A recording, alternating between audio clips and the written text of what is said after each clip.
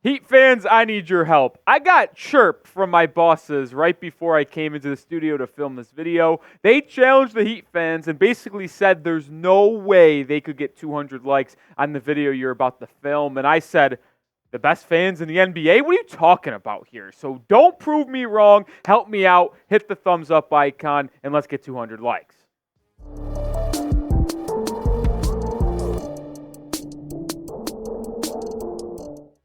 All right, I am Nic Rohloff. This is the Heat Report by Chat Sports. And on today's show, does this man right here, Kevin Durant, want to join the Miami Heat? I don't know, but there has been rumors in the past, and I guess they're coming up again. This in the form of Chad Ochocinco. Him and Shannon Sharp do the podcast, The Nightcap.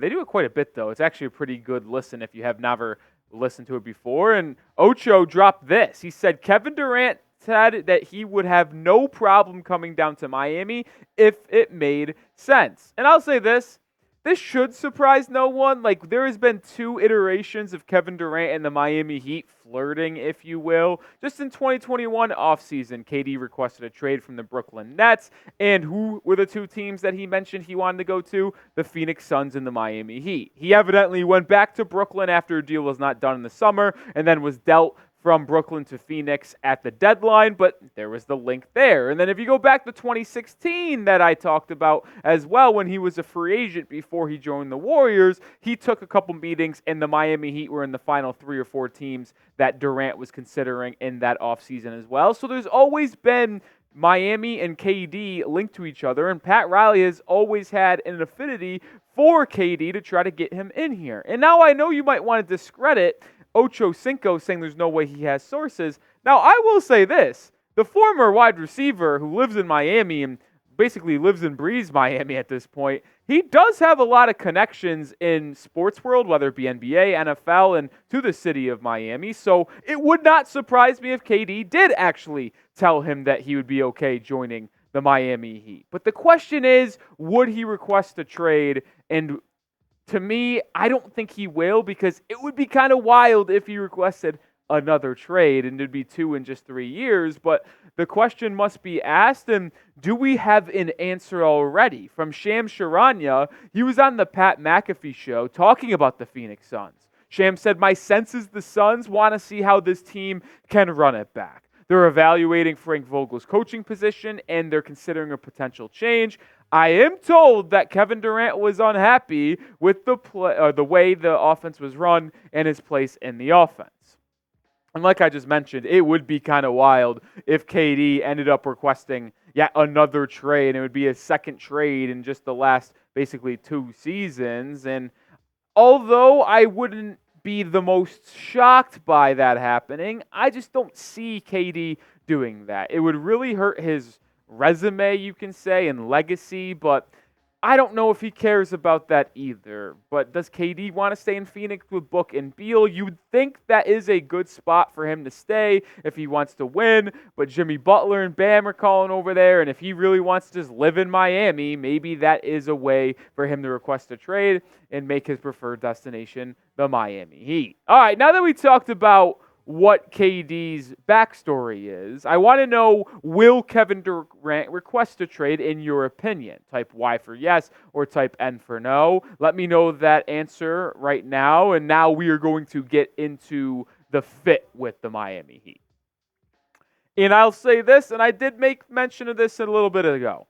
Pat Riley would trade for KD. He talked about in his end-of-season press conference that there's a handful or like 2 or 3 guys out there that would make him say, F it, let's go all in. Kevin Durant is absolutely one of those guys, and I've detailed the history between Pat Riley and Durant over the past decade as being one of the main factors is why I truly do believe if he was available, Riley would make a deal for KD. He's 35 years old, but that is not stopping him from being one of the most dynamic offensive players in our association. Still put up 27 points a game this past year, and I think the most impressive thing to me about Kevin Durant was actually the amount of games he played. He was a mainstay in that lineup, even with Devin Booker and Bradley Beal always out of the lineup. 72 games for KD at this age is just terrific. I will say this, after the torn Achilles that he suffered a couple of years ago, people were concerned with his ability to get back to the Durant of old, but he is just so skilled, and he doesn't rely on athleticism too much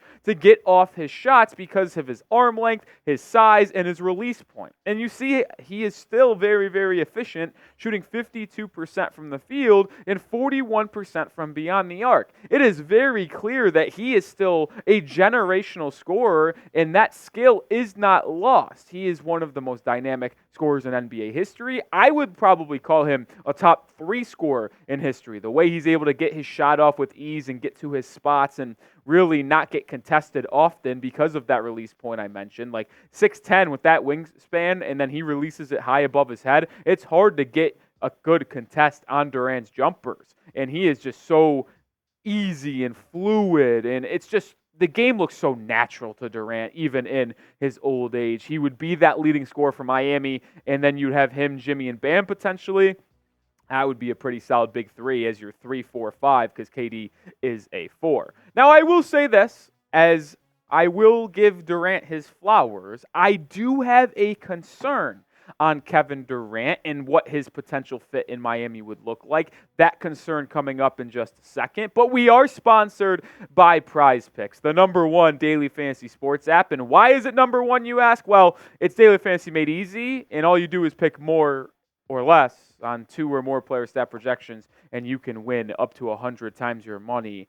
You can also get a first deposit match up to $100 at prizepicks.com/CLNS, or just download the app and use code CLNS. I mentioned you can win up to 100 times your money. Yeah, 4 correct entries. If you pick all demons, yeah, that's how you can have that. You can turn 10 into 1,000. Ooh. They also give you freebies on a daily basis. The most recent one for Caitlin Clark, making her WNBA debut, I believe, in the regular season next Tuesday on May 14th. They're giving you her stat total at 0.5 point. Yeah, that's a lock. Take the more than on Caitlin Clark, 0.5 point, and then combine that with just 1 entry or as many entries as you want to win a ton of money. Turn your hoop knowledge into some serious cash. I did it with Jalen Brunson, less than on his 37.5 points. Yes, you heard that correctly. There's just no way.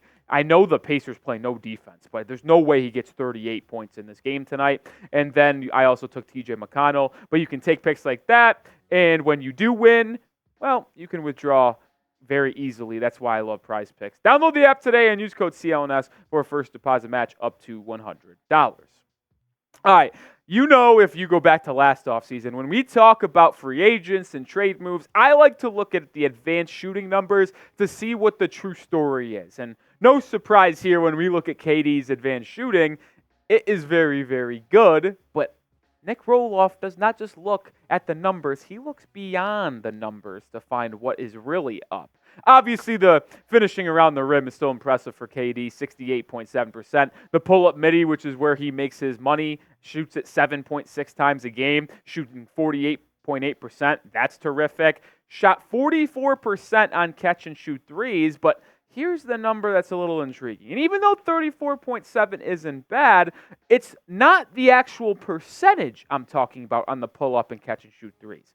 It's the field goal attempts, only taking just over 5 a game in the regular season. But that number dramatically decreased in the postseason when they got swept by the Minnesota Timberwolves.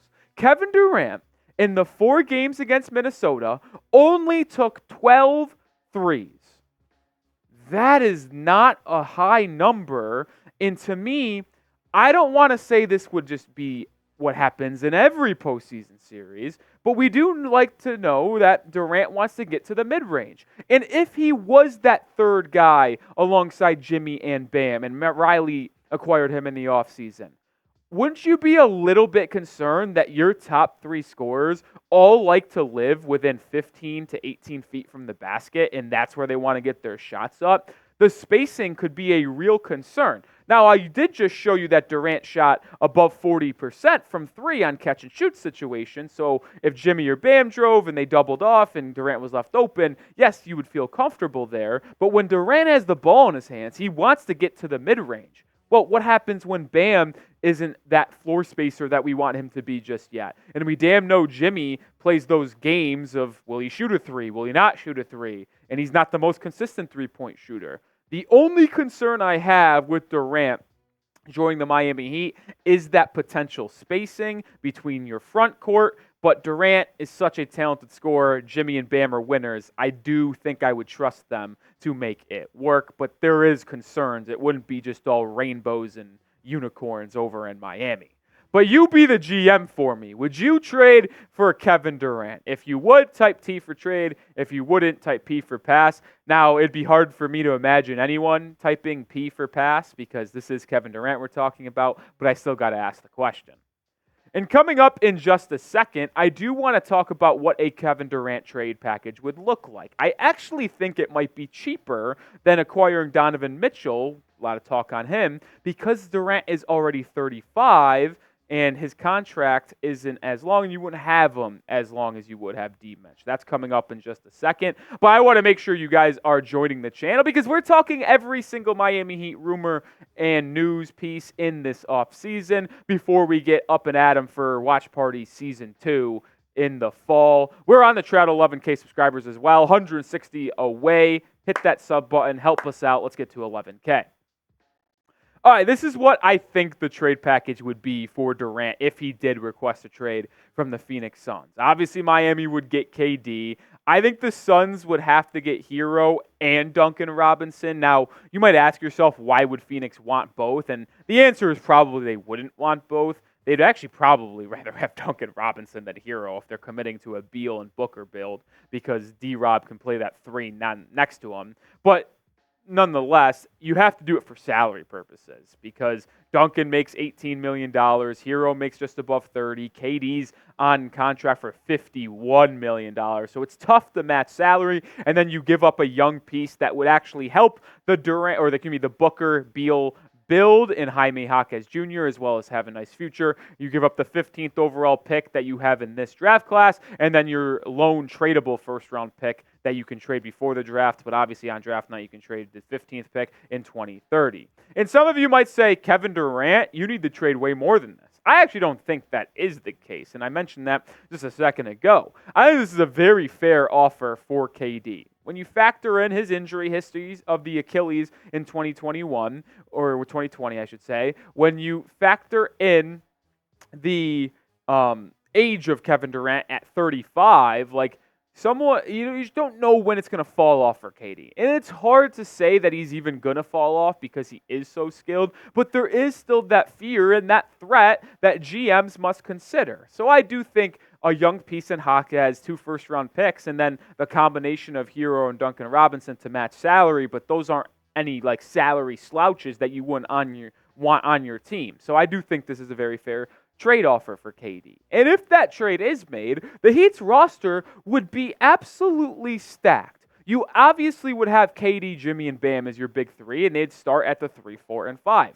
Your backcourt would still be Terry Rozier, and you'd probably go to a Josh Richardson starting 2 guard, which would fit nicely with some length and some three-point shooting ability. And I think that's a very good starting 5, but you would also have Nikola Jovic still coming off the bench. Now, I wouldn't put it past Pat Riley to make that deal for Kevin Durant and then maybe package Jovic and Rozier to get a better fit guard on this team or more depth and just move off those assets for an abundance of players. But you would still have a very, very good top 6 or 7 on this team, which as long as you stay healthy going into the postseason, you really only need 8 guys when you're playing deep into the playoffs. So be a good team, man. It really, really would. All right, that's going to do it for today's video. Make sure you have followed me on Twitter at Nic_Rohloff. I'm tweeting about the Heat every single day. And if the Heat ever do make a move or big-time rumors come out there on a big report, I'll have it on my Twitter first, and then I'll come over and make a video. So follow me at Nic_Rohloff.